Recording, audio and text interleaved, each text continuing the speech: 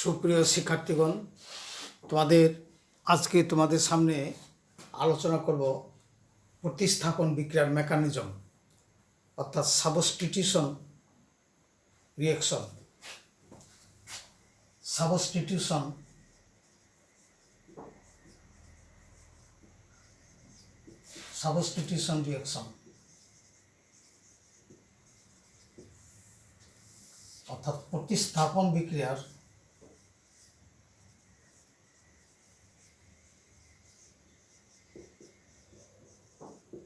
কৌশল, mechanism.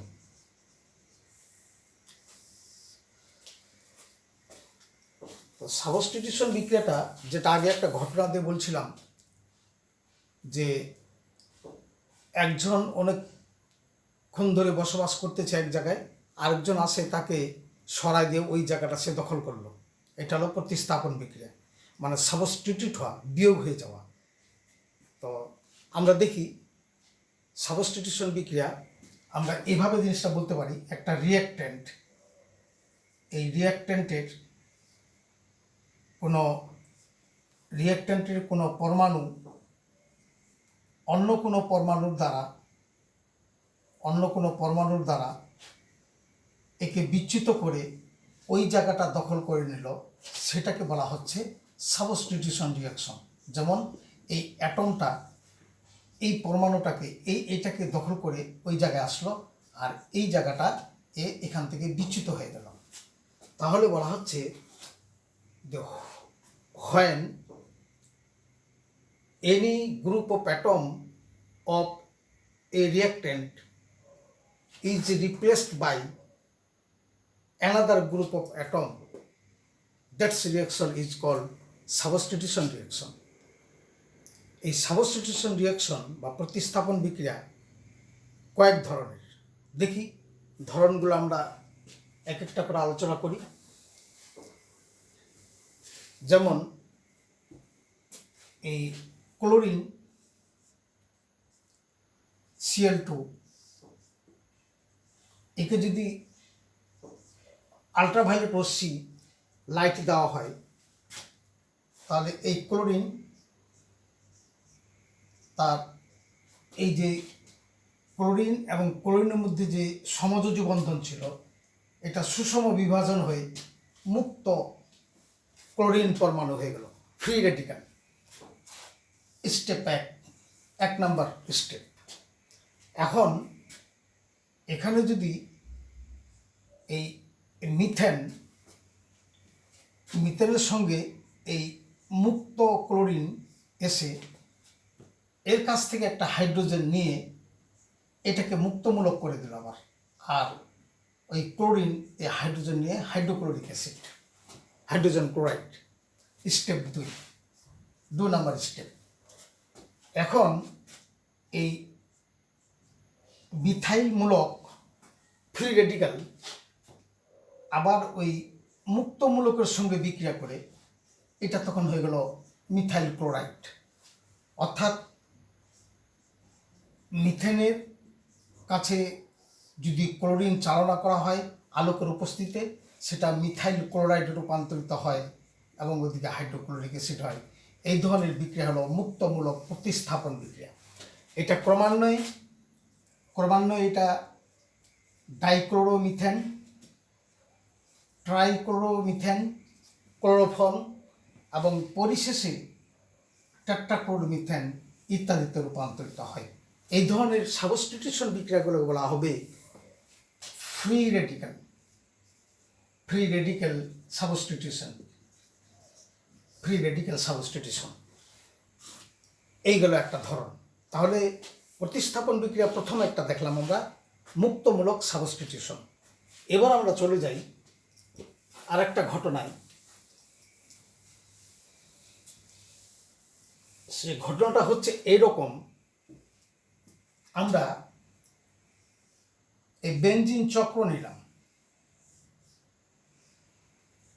Benzene চক্র, একে বিক্রিয়া করাবো আমরা। একে বিক্রিয়া করাচ্ছি ব্রোমিন দিয়ে,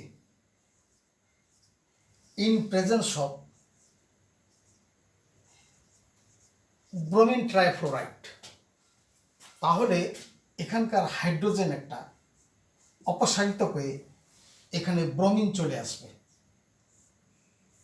অর্থাৎ ব্রোমোবেনজিন।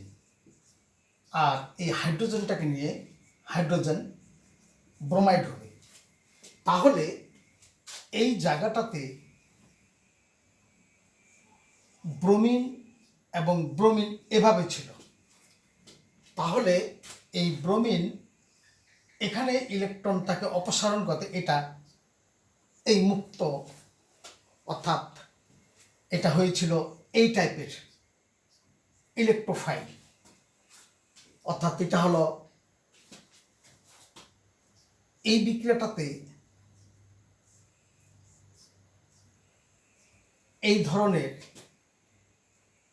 যেহেতু ইলেকট্রোফাইল বিকারক, এই যেখানে ইলেকট্রন বেশি আছে ওই জায়গাটাতে সে আক্রমণ করবে।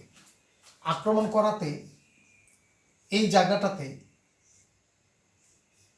জায়গাটা এই বন্ধনটা ভেঙে যায়, এখানে প্লাসটা লেগে গেছিল। আর তখন এদিকে এই দ্বিবন্ধনগুলো এখানে হাইড্রোজেন খুলে এখানে হয়ে গেছিল ধনাত্মক। এই ধনাত্মক হওয়াতে এই ইলেকট্রন এই পার্শ্বে এখানে চাপ দিয়েছে, তখন এটা হয়েছে ধনাত্মক এবং এটা হচ্ছে উভমুখী বিক্রিয়া। আবার যখন এখানে চাপ দিয়েছে, যখন এখানে গেছে প্লাস, আবার অনুরূপভাবে এটা রেজোনেন্স ঘটলে, অর্থাৎ এই হাইড্রোজেন এবং ইলেকট্রোফাইল এই জায়গাটা এখন এখানে দ্বিবন্ধন হওয়াতে এখানে যখন ধনাত্মক হইল, এই ইলেকট্রন ক্লাউড এখানকার আবার এখানে আসে দ্বিবন্ধন করলো, তখন এটা আবার ধনাত্মক হয়ে গেল। তখন এই জায়গাটা আবার এই জায়গাটাতে দ্বিবন্ধন এই জায়গাটাতে হইল। এখন এখানে দ্বিবন্ধন, এখন ধনাত্মক, এদিকে প্লাস ইলেকট্রোফাইল এবং হাইড্রোজেন। এখন এই জিনিসটাকে আমরা লিখতে পারি পাই কমপ্লেক্স, অর্থাৎ এই রেজোনেন্স স্ট্রাকচার, অর্থাৎ ইলেকট্রনের ঘনত্ব এই জায়গাটাতে এখানে প্লাস এবং হাইড্রোজেন। এখন অপরদিকে এখানে যদি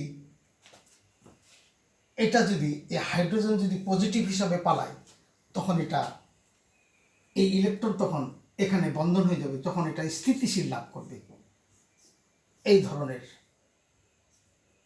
অর্থাৎ তখন এটা স্থিতিশীল লাভ করবে। এটা হলো ফাইনাল প্রোডাক্ট। অর্থাৎ এই ধরনের বিক্রিয়াটা আমরা দেখতেছি প্লাস আসতেছে, অর্থাৎ ইলেকট্রন আকর্ষিত সাবস্টিটিউশন বিক্রিয়া।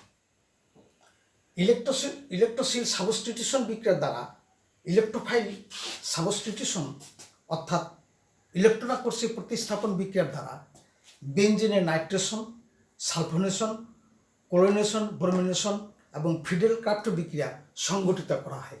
আমরা একটা উদাহরণ দিয়ে দেখি ব্যাপারটা, এটাই আমরা মেকানিজমটা উদাহরণ দিয়ে দেখি।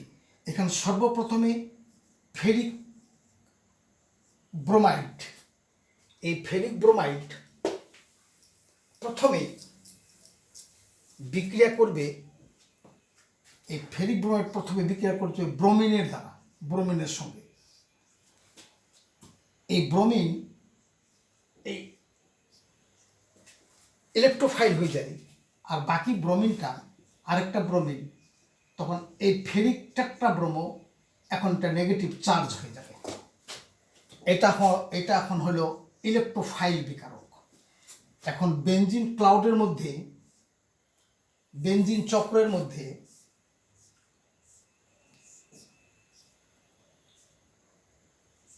এই বেনজিন চক্রের মধ্যে যখন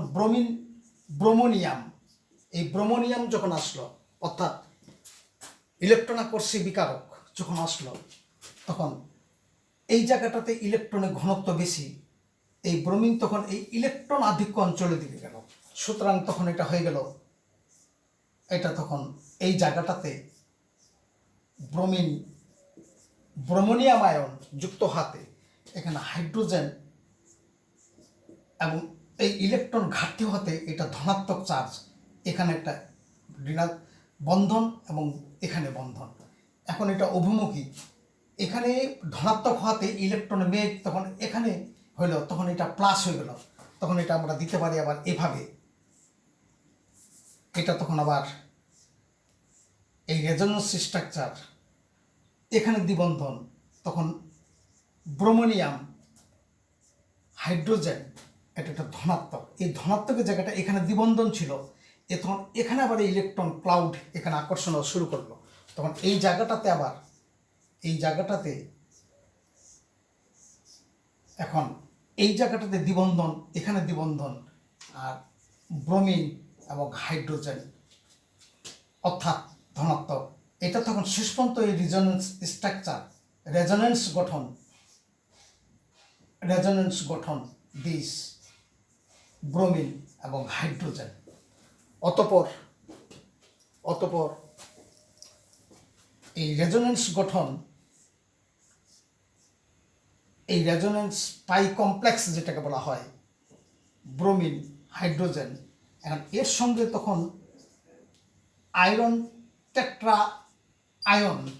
টেট্রা ব্রোমাইড আয়ন এর সঙ্গে বিক্রিয়া করে এখন হাইড্রোজেন এটা ধনাত্মক হিসাবে চলে গেল, এখন এই ব্রোমিনকে নিয়ে এটা তখন স্থিতিশীলতা লাভ করলো, অর্থাৎ এই হাইড্রোজেন চলে যায় এখানে, তখন ইলেকট্রনিক রিংয়ে বেনজিন চক্রে দান করে দিল, তখন এটা স্থিতি লাভ করে এই ব্রোমোবেনজিন, অপরদিকে এই হাইড্রোজেন আর এখানকার ব্রোমিন নিয়ে হাইড্রোব্রোমিক অ্যাসিড, অপরদিকে বাকিটা ফেরিক ব্রোমাইড, এটা হলো ব্রোমোবেনজিন। এইভাবে নাইট্রেশন, বেনজিনের নাইট্রেশন, সালফোনেশন, ফিডেল ক্রাফট বিক্রিয়া এই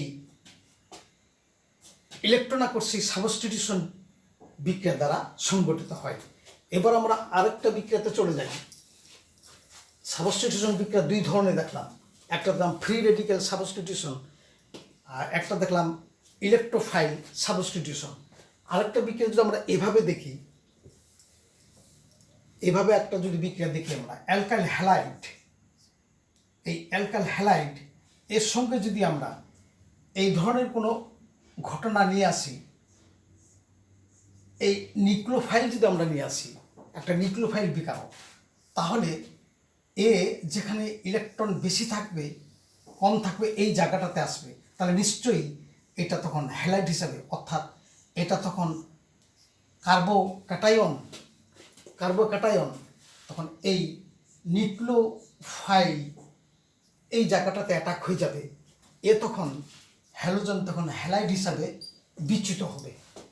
উদাহরণস্বরূপ আমরা অ্যালকাইল হ্যালাইড এর সঙ্গে যদি সোডিয়াম হাইড্রোক্সাইড জলীয় দিই, তাহলে এই অংশটা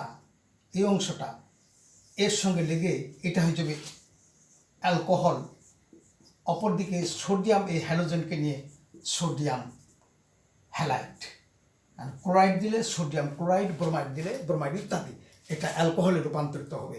অনুরূপভাবে আমরা এই বিক্রিয়াটাকে দেখলাম আমরা যে নিউক্লিওফিল সাবস্টিটিউশন এস,